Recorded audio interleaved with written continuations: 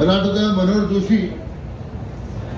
राज्याचे मुख्यमंत्री झाले 95ला आणि मग या दुष्काळी भागासाठी पाणी उपलब्ध करून देण्यासंदर्भात त्यांनी कृष्णा खोरे महामंडळाची घोषणा केली।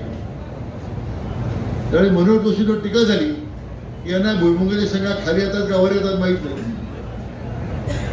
कारण ज्यांना भुईमुगाच्या शेंगा पुढे येतात माहीत असताना त्यांनी हा सगळा भाग दुष्काळी ठेवला। दादांच्या कामामध्ये अनेक लोकांनी अडथळे आणले, थेट मुख्यमंत्रीपदी घालवण्यापासून लोकांनी उद्योग केले, परंतु दादा डगमगले नाही।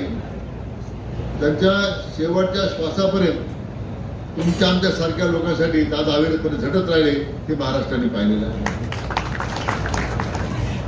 आणि म्हणून ह्या सांगण्याचं तात्पर्य की कृष्णा खोऱ्याची स्थापना होण्याच्या पूर्वी या योजनेला मान्यता मिळाली आणि त्याच्यावर वाटतं महाराष्ट्रातल्या राज्यकर्त्यांनी जानदार राजांनी 2-3 निवडणुका काढल्या। मला आठवतं मनोहर जोशी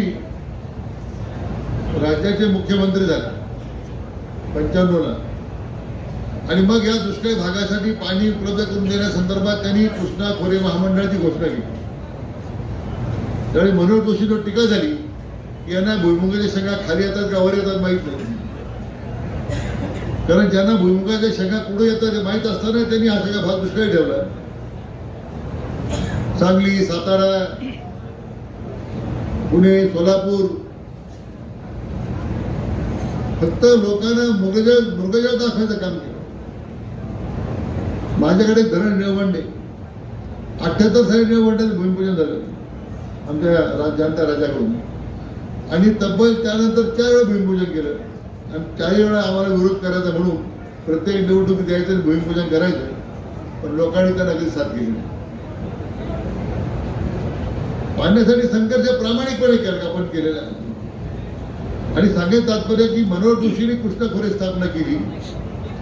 मी या संपूर्ण परिसराचा 3 दिवस त्यांच्यावर दौरा केला 96-97 ज्या माणसाला शेतीला कळत नाही म्हणून भाषण व्हायची त्या मनोहर जोशीच्या पुढाकारानं त्या युती सरकारच्या काळामध्ये त्या कामाला सुरुवात झाली मित्र आणि आधी काम आता पूर्ण केलं जातं। मधल्या काळात काम बंद पडलं, निधी मिळत नव्हता।